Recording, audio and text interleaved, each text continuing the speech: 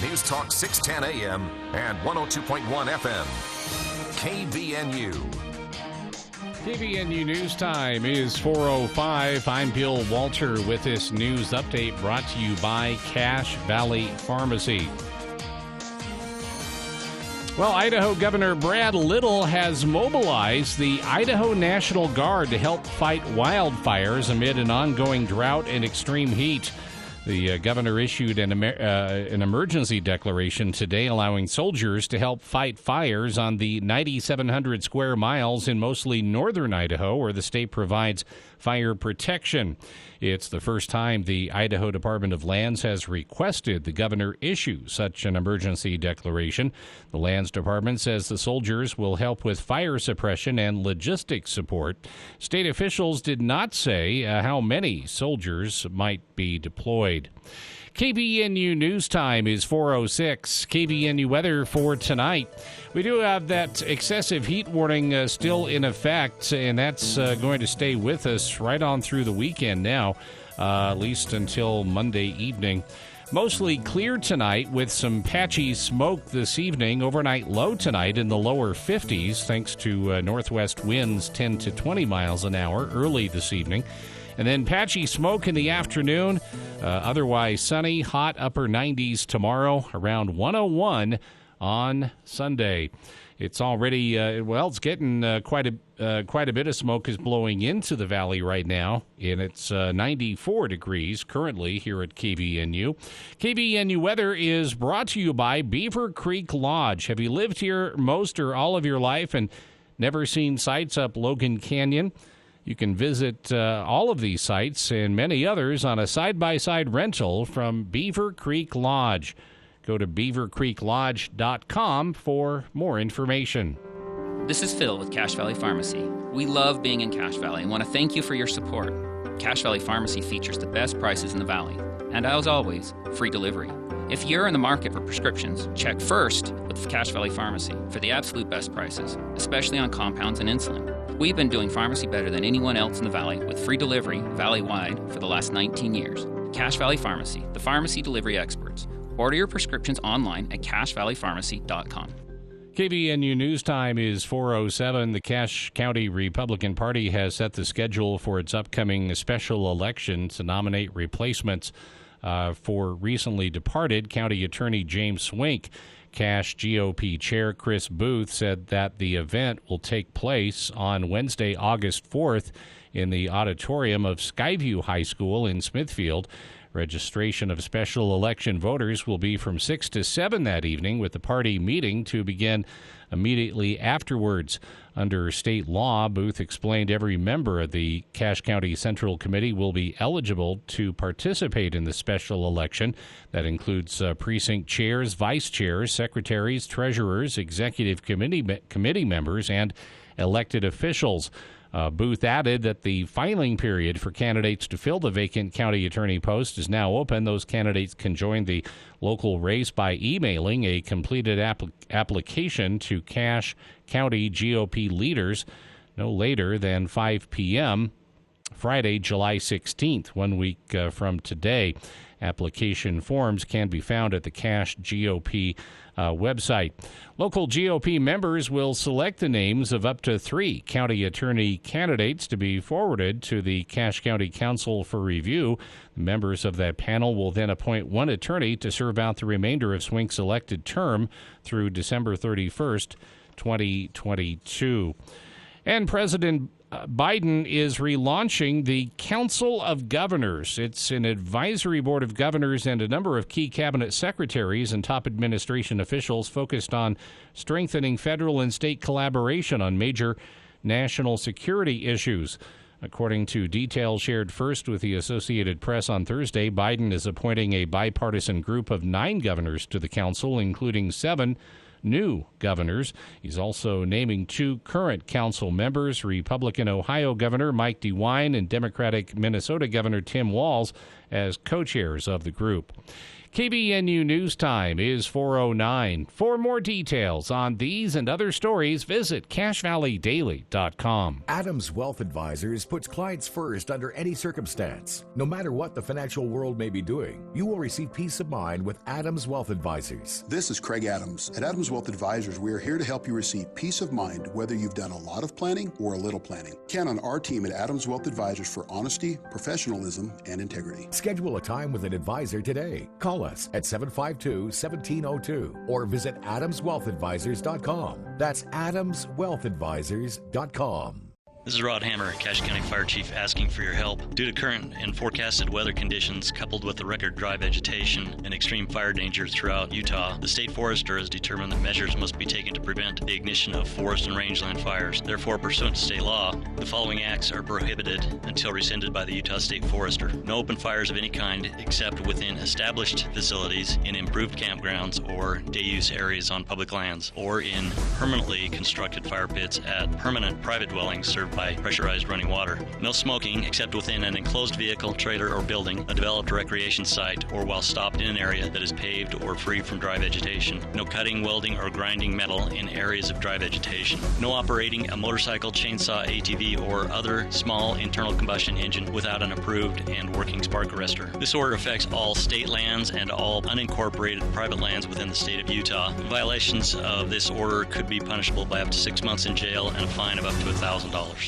Visionary Homes would like to introduce you to Archibald Estates, a brand new community in Tremonton, with townhomes starting in the low 200s, single family and active adult homes starting in the upper 200s. You're sure to find the perfect home for you and your family. Just minutes away from schools, parks, golfing, restaurants, and grocery, yet tucked in the lush green fields of Tremonton. Visionary Homes understands what you want in a home. Visit buildwithvisionary.com to learn more about Archibald Estates in Tremonton. Visionary Homes, built for living, built for you. Bring back what you've been missing. Bring back Cache Valley Hearing and Audiology. Cache Valley Hearing and Audiology is Cache Valley's most trusted name in hearing aid technology. Schedule a free consultation with Dr. Paul Daines by calling 753-HEAR or visit CacheHearing.com. Bring back what you've been missing. Bring back Cache Valley Hearing and Audiology. Every Saturday morning at 9, you get information to prepare you with retirement solutions for the journey ahead. It's Smart Money Ascent with Clayton Alexander of Teton Wealth Group. How do we solve that number one fear or that number one concern? Make sure you never run out of money. And Teton Wealth Group's Ethan Miller. Then, when you leave Teton, when you leave our offices, you're going to have a plan that you're both excited about. It's where your retirement questions are answered. Smart Money Ascent, Saturday mornings at 9 on News Talk KBNU, 102 FM and 610 AM. Welcome to KVNU's For the People, hour one of today's show, Friday, July 9th. I almost said June. It's been one of those weeks. Thank you to all of our listeners for tuning in. Appreciate taking the time to do so. And, of course, hope that you will stay tuned for the People movie show. We'll lighten things up here in hour two of the show today with Andy Morgan of AndyAtTheMovies.com. But before that, we've got some serious stuff to talk about here. In fact, this is now making national headlines, as it should. Saw this on Axios just today. The Great Salt Lake in Utah in trouble. The Associated Press also writing about historic low water levels, a 170-year history of water levels, and we are about to set a record for a low when it comes to the Great Salt Lake. We've talked about this many times here in the studio with representatives of the Cache Water Conservancy District, representatives of the legislature talking about development, water conservation, the future of Utah's population expected to double, and here we are in a drought year. All of this really being driven home, our own usage of water, our effects on the rivers and lakes around us, and the importance of the Great Salt Lake to the ecology of all of Utah in one way or another. So we reached out to our friends at Friends of the Great Salt Lake. This is a, I dare say, old institution here in Utah. They are not new to the scene. They've been around for a long time, and it is a collection of scientists, hunters, fishermen, advocates for the lake, poets involved in this, artists. It's a huge group of people that have come together to not only protect the Great Salt Lake, but raise awareness, educate the public, and provide an avenue for research and advocacy for protection of the lake. And joining us right now, we have Executive Director of Friends of the Great Salt Lake, which you can find online, by the way, at their website, fogsl.org, friendsofgreatsaltlake.org, their website. And joining us right now, we have Executive Director of the organization, Lynn DeFreitas. And Lynn, appreciate taking some time for us today. This has to be a tense time for you guys. Well, thank you for the opportunity to be here, Jason. And I think it's fair to say it's a tense time for everyone. Sure. If it's not, then I'm not quite sure where people are. But as it pertains to Great Salt Lake, most certainly, Friends of Great Salt Lake, our mission is to preserve and protect the Great Salt Lake ecosystem through education, research, advocacy, and the arts. The Great Salt Lake ecosystem is a public trust resource, which at the time of statehood and the Utah Constitution, the state has a legal responsibility to manage sovereign lands and public trust resources, i.e. Great Salt Lake, in perpetuity as a trust for the people of Utah. So we have a public trust resource that belongs to all of us, that requires all of our energy and commitment and stewardship prowess to work hard to address the pressures that this particular system is going through under drought conditions, under these really unusual times of water challenges and growing population and air quality issues. I mean, there's a cumulative impact that's occurring to the lake, and water is the lifeblood of the system in so many ways. Sure. And so as we think about the drought and the lake, it's an important opportunity and an important and big challenge for all of us right now.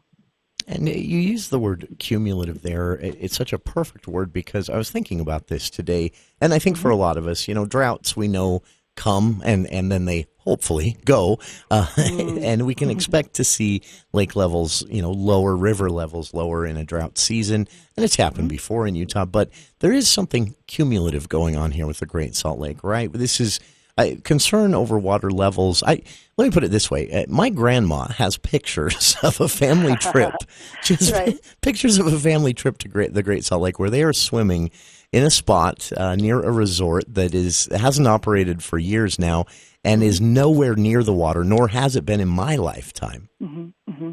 And so this is not a new thing. The drought obviously compounding things, but water levels have been a concern for a while. They have.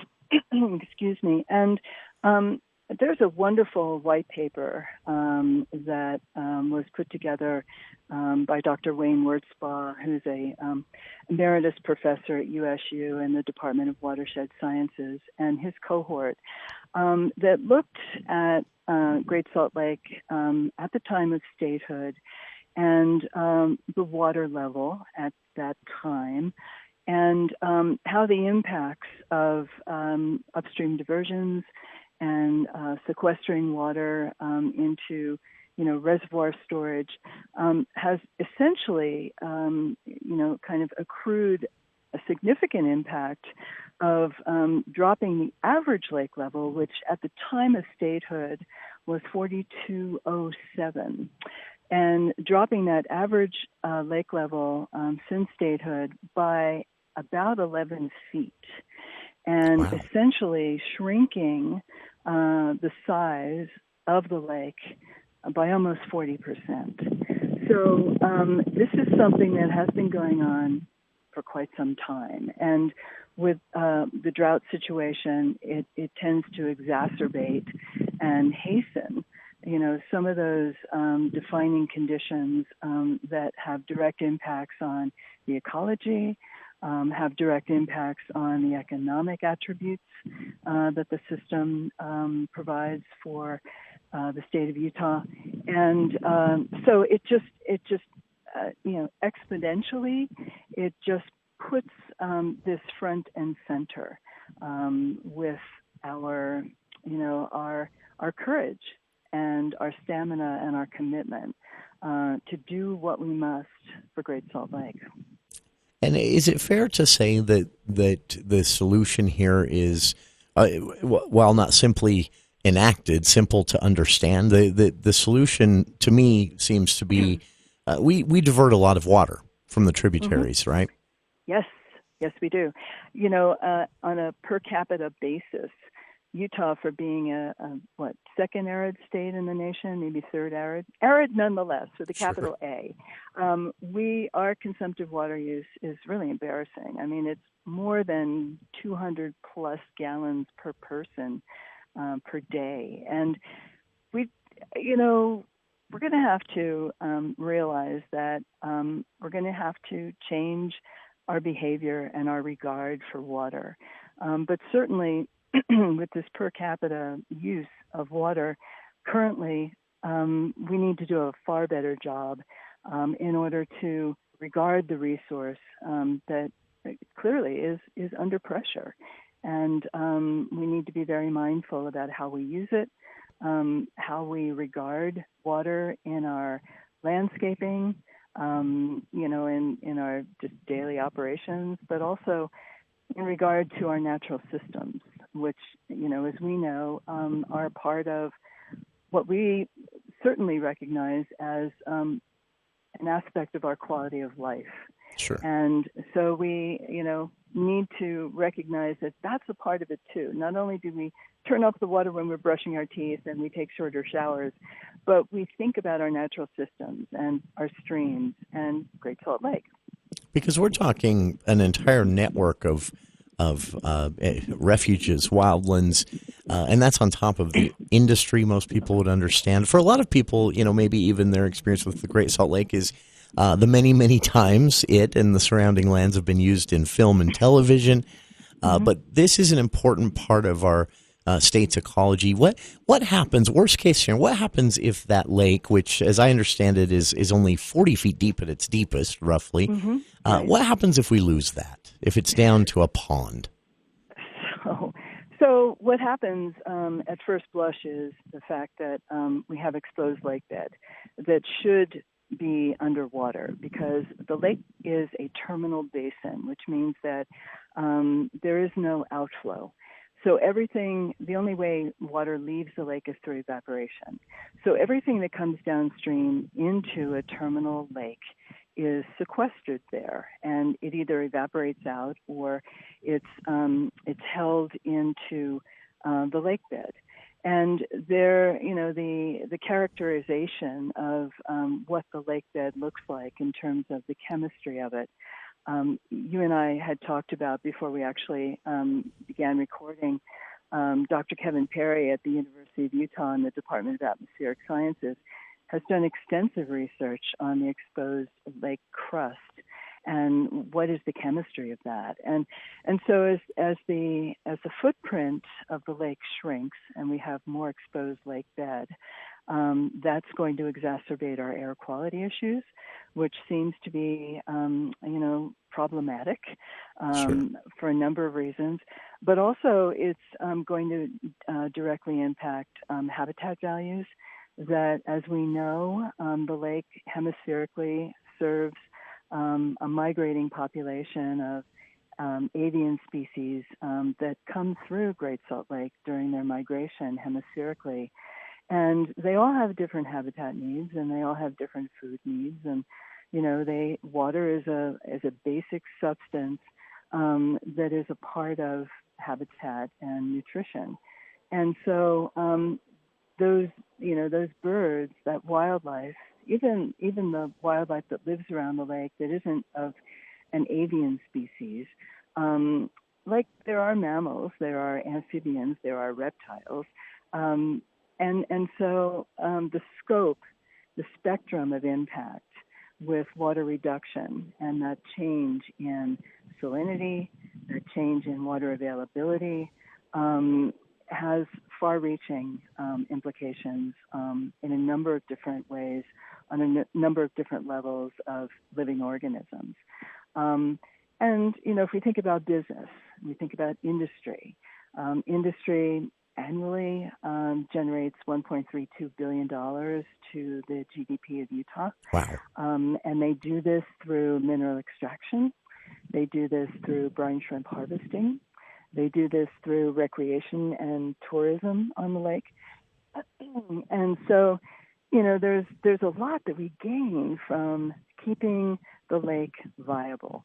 Not only is that economic incentive there, but certainly that ecological value and that ability for us to recognize how, we are doing our part to sustain a hemispherically important ecosystem for millions of migratory birds. Sure. And it's all part of a carefully balanced system. Longtime listeners of the show, of course, will be connecting some dots here. We've spoken in the past with researchers from USU talking about that exposed lake bed dust, high levels of arsenic, other toxic metals and things like that stirred into the air. And then on top of that, the dust eventually settles on the snowpack, whatever snowpack we have, making it melt faster, sometimes too fast, meaning we have more water challenges in the summer going forward, almost like a cyclical, a cycle speeding up as things worsen.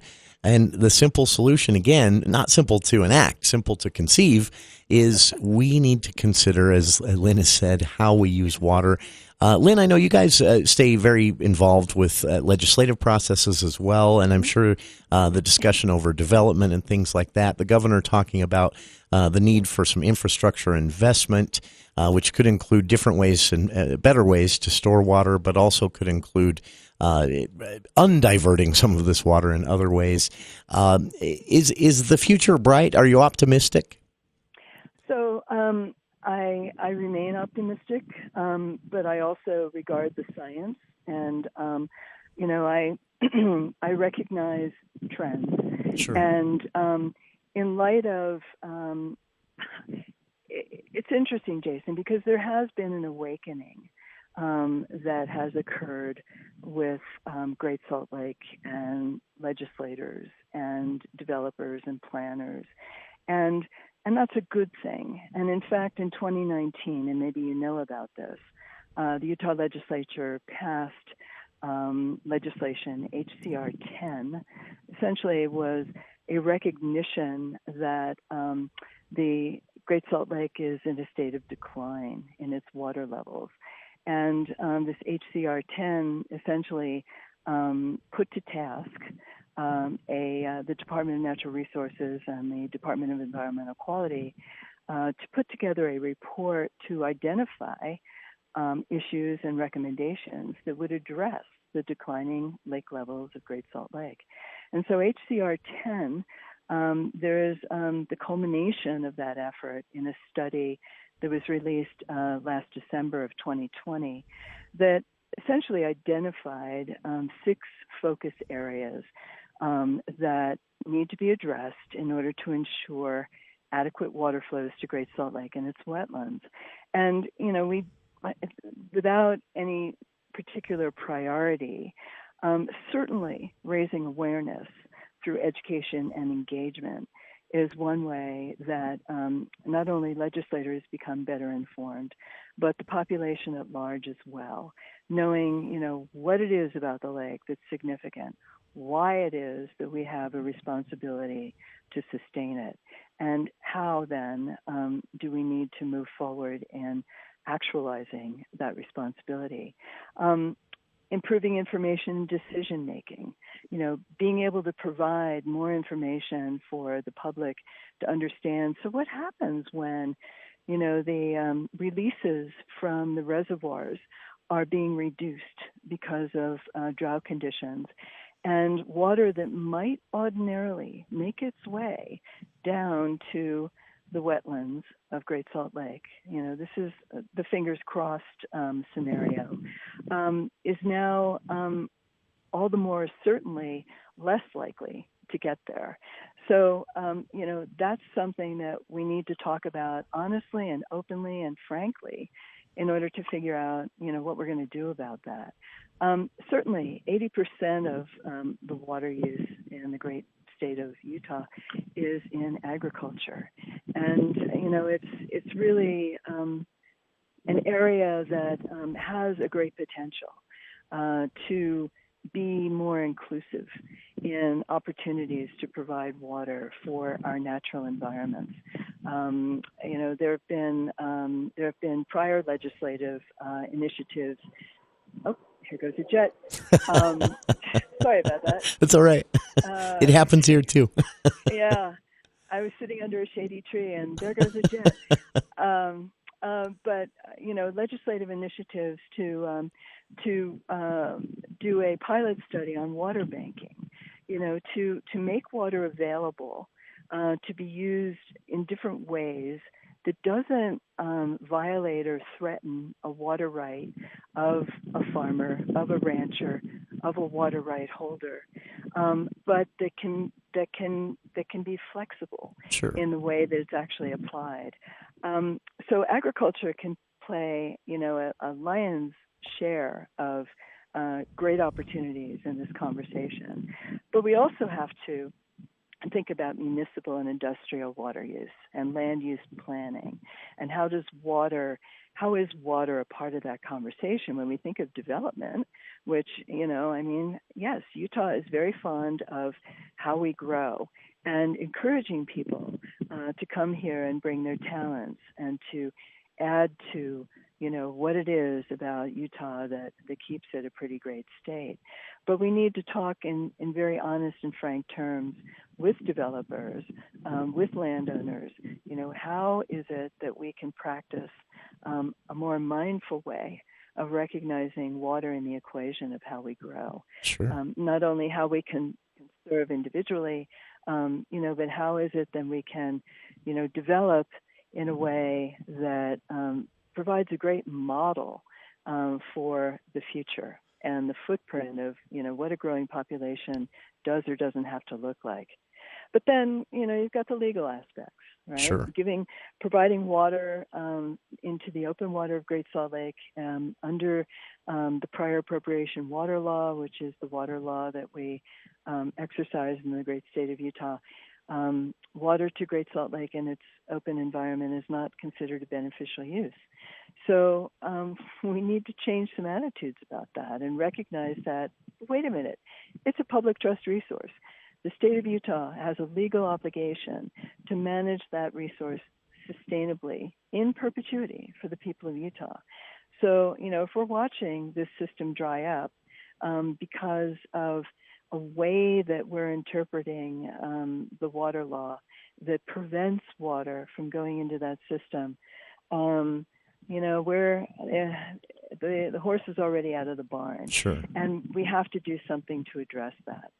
So, and then, collectively look at all of these things that we just talked about and implement them and practice them and talk about them and refine them. So, and sooner rather than later, right? Oh, like yesterday. Yesterday. Yes. But yeah, again, the future is now, and we have to own it. And again, it's an opportunity. It's a huge challenge. It creates a tremendous amount of courage and determination. But, we always talk about the pioneer spirit in Utah and, look where we've come. And I do believe, and that's why my optimism continues, even though I look out and, I see the essence of wildfires in the sky and feel the dryness and understand where the reservoirs are way below capacity. If we make the commitment, I'm confident that we can do something that will make a change beneficially for the lake. So great to hear, and honestly, also encouraging to know that organizations like the one you're involved with are out there helping with this advocacy, raising awareness, providing education, opportunity for Utahns, for lawmakers, policymakers at the city and county levels. As Lynn has said, all of this is it is connected, but it's going to be more obvious that it's connected as these situations become more intense. And this is really an opportunity for listeners to get out and be a part of this. You can become a member. You can be an advocate. You can just simply go and learn more from the Friends of Great Salt Lake via their website, which again is FOGSL, Friends of Great Salt Lake, FOGSL.org. And be a part of this. It's important, and it's right here. As Lynn has said, most of this should have been happening yesterday. We've still got some time, but we need to get on it. And Lynn, really appreciate taking some of your time today, more than we asked for, and we appreciate that. And we'll check in with you again soon. Well, thank you very much, Jason, and be well, and I'll see you around the watershed. Absolutely. We'll be keeping an eye on your work there. And for listeners, again, please get involved. Friends of the Great Salt Lake, FOGSL.org. Scientists, hunters, fishermen, artists, advocates, policymakers, former and current, all involved in this effort to raise awareness, provide education, and literally save the Great Salt Lake. FOGSL.org, their website again. Our guest, Executive Director of the organization, Lynn DeFreitas. And Lynn, appreciate your time. Listeners appreciate your time. And we'll be back after these headlines with KVNU's Bill Walter.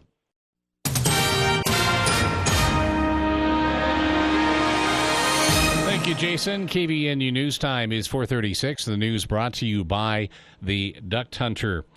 And from the Utah Department of Health, they reported an increase of 655 new cases of COVID-19 since yesterday. So they're reporting a total now of 418,976 in the state over the last 15 months.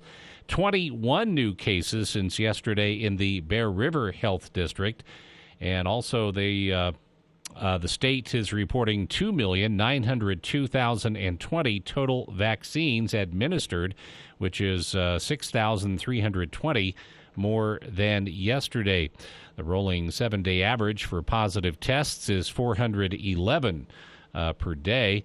There are 237 people currently hospitalized with COVID-19. Total hospitalizations from the beginning of the outbreak total 17,757. Also, 5 new deaths were reported, with one originally reported on May 21st removed after further review.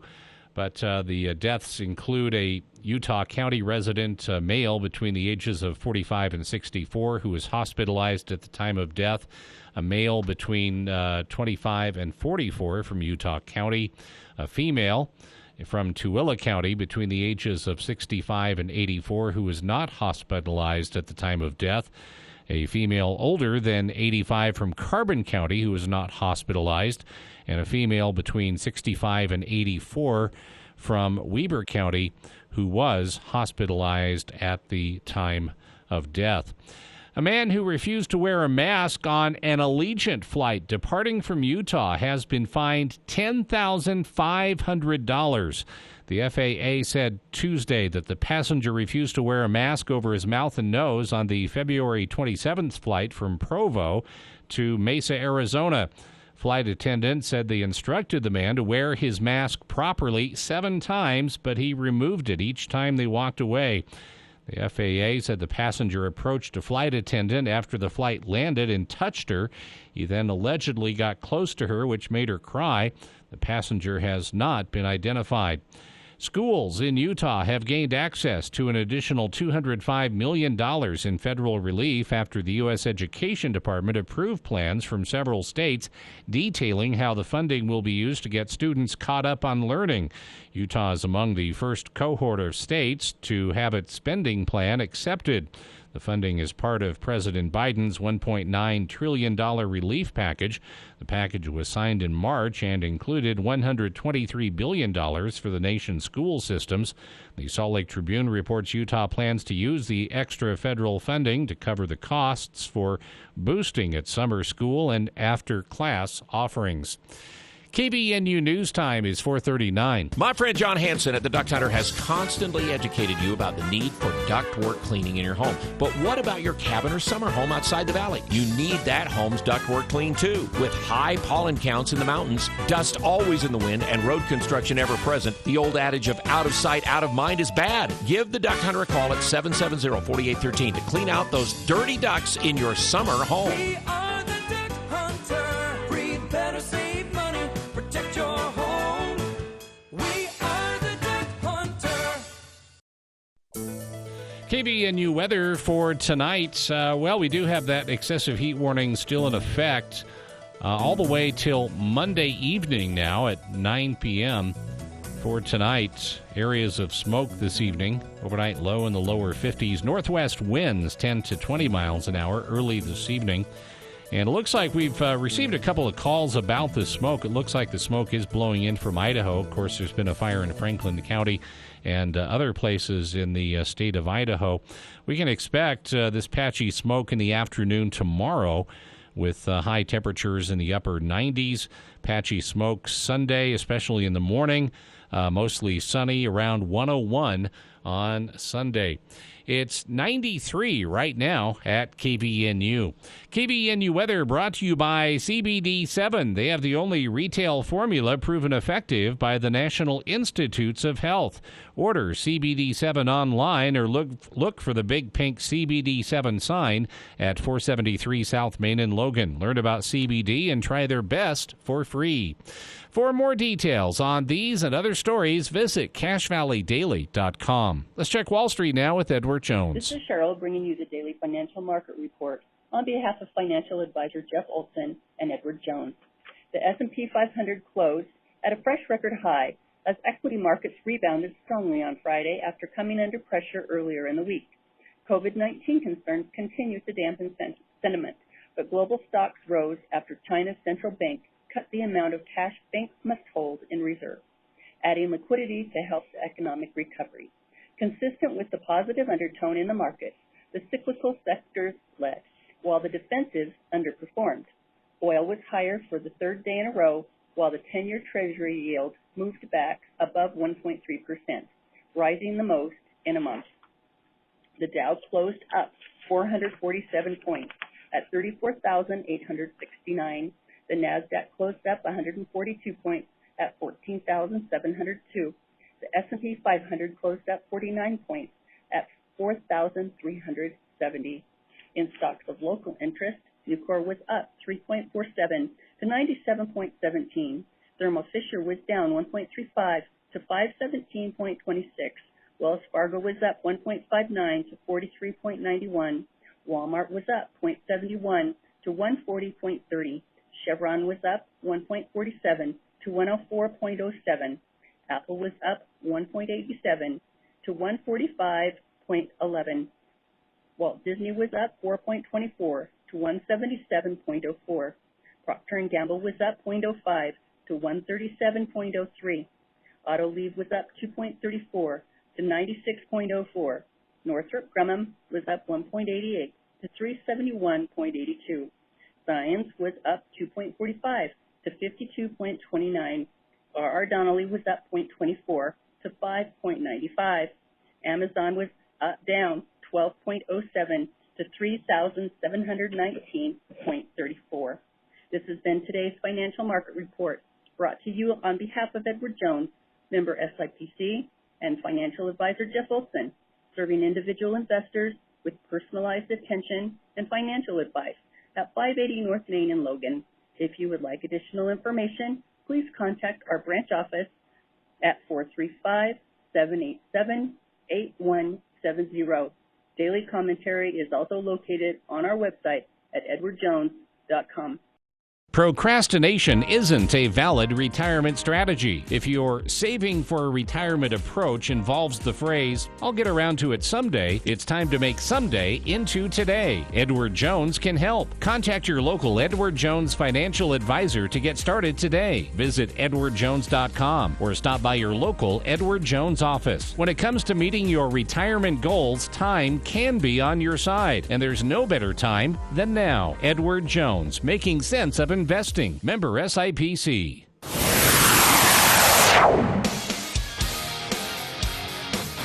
Welcome back to KVN News for the People. After more than a decade, Cache County Attorney James Swink moving on to a position in Weber County. And KVN News' Will Philwright had a chance to sit down with him and find out why the change. Here's Will. Well, it's been a little over a week since the overall general public learned of the news that Cache County Attorney James Swink would be stepping down and accepting a new position with the Weber County Attorney's Office as a criminal prosecutor. And joining us now, as he is the former Cache County Attorney, James Swink is on our studio line. And James, really appreciate the time to be able to talk to you. Oh, you're kind, Will. Thank you. I appreciate that. It's just been an honor to serve the people of Cache County. It's been a real privilege to serve, and it breaks my heart to be stepping aside, but it's the timing's right and the fit is right for my family, and we're moving forward, and the county is in good hands. One of the best things that I've been able to do over the last 12 years is to hire really professional and wonderful people who are public servants and who want to serve the public and do a wonderful job. But I will miss it. I will miss that opportunity. But after 12 years of holding a public office, I'm a believer in term limits, and it's kind of self-imposed term limit that I've set, and it is a good time to move forward and move on. And I've always wanted. My dad always taught me to leave a campsite and a job better than you found it, and that was what I tried to do, and with the help of a lot of people, we were able to accomplish some good things in the county attorney's office. And now, as you step aside, as you say, you're leaving some pretty big shoes to fill for somebody else as well. Well, that's kind of you to say it. That's true. The people that preceded my time in the office, you really build upon the foundation that they set, right? We build on their shoulders. And there were some wonderful county attorneys that did some just excellent work. And we've tried to build on that and improve our services to victims and to the community and on the civil end of the county. And that couldn't have happened without those wonderful people that went before us. So anything that we've moved forward, I have to attribute a lot of that to those that went before and kind of paved the way and made it possible. We're talking with former Cache County Attorney James Swink, now in his new role as a criminal prosecutor there in the Weber County Attorney's Office. This is a little bit of coming back for you. As I understand it, you had worked in that office before. I had. I finished a clerkship up in Idaho and made my way down to Weber County and was a prosecutor here in this office. Before I moved up back to Cache Valley and started with the Cache County Attorney's Office. So there's still quite a few people here. It's a wonderful office with some great people and some good opportunities to do some work I've always wanted to do, and some of that's prosecuting in federal court and being designated as an assistant U.S. attorney and doing some work down there, which I'm looking forward to doing and assisting the office in taking serious crimes to the federal court and doing our best to protect the public that way here in Weber County. As you look back on the past 12 years of your public service, are there particular highlights? It's hard to say it's fond memories because, to be honest, some of the things that you're involved with are people at their worst. But are there things that you look back on over the last 12 years that you feel have really shaped you and also this community? Well, yeah, there's obviously the time you serve in a public office and doing the work that the county attorney's office undertakes, there's a lot of gratification. There's a lot of tough issues that you deal with. And obviously on the criminal side, my family hasn't had an uninterrupted vacation for the last 12 years, and that just goes with the job. And so some of those things that happen are really serious and take the attention of the elected official and the staff to work through issues and make decisions. And so those things can be challenging, but also keeping the public safe is a high priority. And I think one thing that we've done and recently and over the last few years is increased victim services efforts. And I appreciate, again, you don't do this alone. Terrell Warner in my office and the advocates that we've hired. I was just looking back over the last 12 years, and I think there are 5 employees that were there when I came into office, and I've hired many, many more than that. And so we've been able to bring a team on that is able to undertake these tough cases and move them forward. And we've increased our 2 areas that have really needed attention, and which we've been able to, with the help of the County Council, increases domestic violence. The attention that goes to that. Our community's not untouched by that. And we're finding innovative ways to address those issues and get treatment for those offenders, and also protect those victims that are in those difficult situations. So we've added a DV prosecutor, and we've also added an additional sex crimes prosecutor in the office, just because of the demand in those areas. And we're trying to address those issues and get out in front of them. And then if those problems arise, we're trying to address them the very best we can in the criminal arena. You know, it's almost fitting that your announcement was made public as you were cutting the ribbon on victim services in the new CJC Center that was opening last week. I know, having talked to Terrell Warner in the past, and she talked about how when she first started and just some of the almost very limited resources that she had at the time, and now to see how that has grown and how that really helps those who have suffered in some of the worst and horrific ways, to be able to help them through that trying time.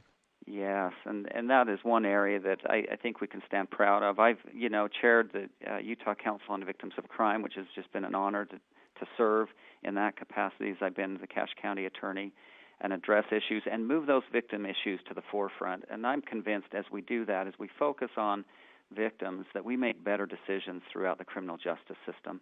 And I'm glad to see the legislature starting to come back to that, and we've always had really great support from our local legislators and from the county council in supporting those victim services. And a great example of that was the CJC open house.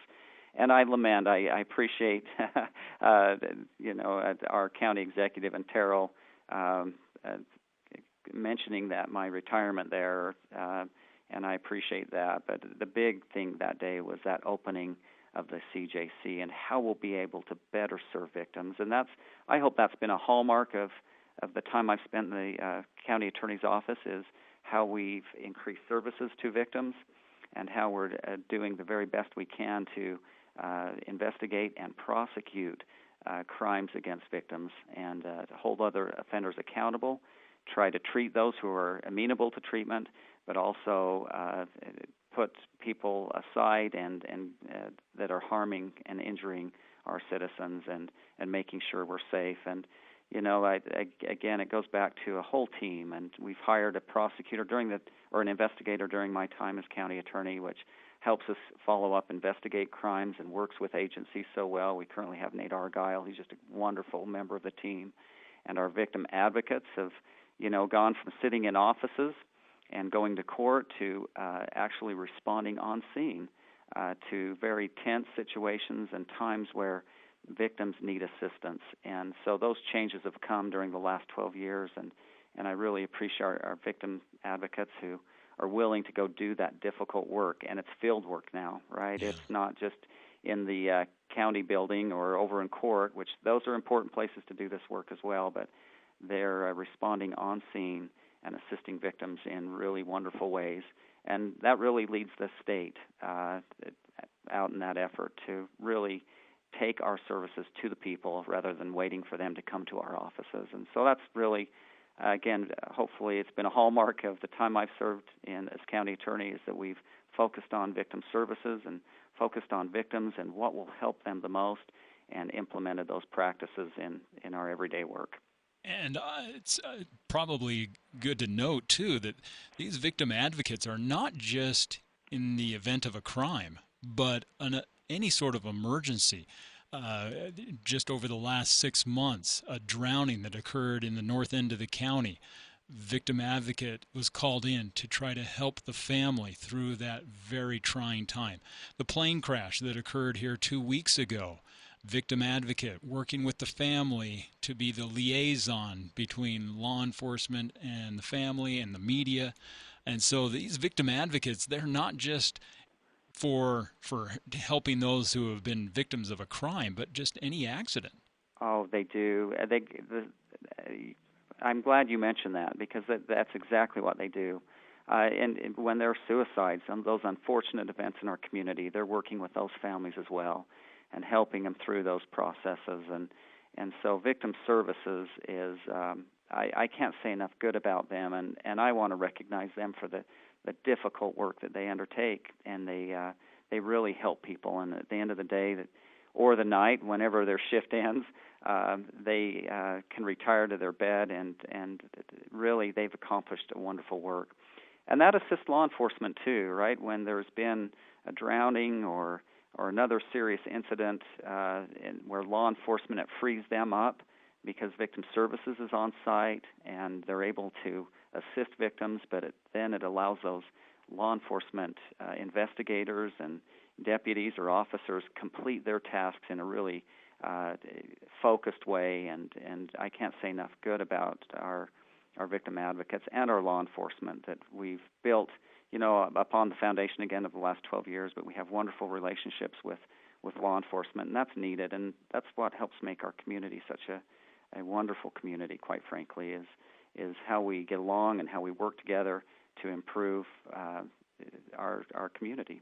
We're talking with James Swink, former Cache County Attorney, and you mentioned earlier not only have you grown very close to the staff in the attorney's office, from victim advocates to your deputy attorneys, but also over the last 12 years, you've had the opportunity to work with a half a dozen judges in this district, along with a number of court judges. And I imagine throughout that time, you've had an opportunity to establish a strong relationship with them that will continue on. Yeah, we've got wonderful judges. Again, it just goes to the people who are in our community, and our judges are good jurists who are honest and want to do their job and apply the law fairly, and it's been rewarding to work with the courts and our wonderful judges, our good judges, and as we've put forward our prosecution team, they've done well and worked well with the courts and undertaken some very difficult cases. And it goes from law enforcement who investigate this to our office to the courts. The managing of those cases and being exposed to those really difficult circumstances is challenging, and our courts are up to that task. And I can't say enough good about our judges as well. They've been wonderful to work with, and that's been an upside to my time in the county attorney's office, and a real rewarding part is to work with our local judges. We've been talking with James Swink, former Cache County attorney, and as you now head into this new job, being a criminal prosecutor there in Weber County, is there any chance that you would go back into public office in the future, or is this kind of where you would like to stay?